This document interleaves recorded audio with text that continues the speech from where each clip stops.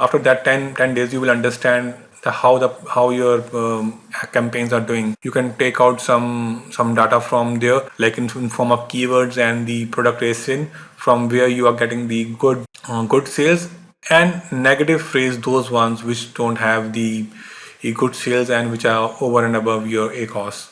Let's say if your expected ACOS is 40% and some of the keywords are going for the 80%, then you can simply remove them and put them into a negative phrase. Once you have put a negative phrase, they will never gonna show up for those keywords.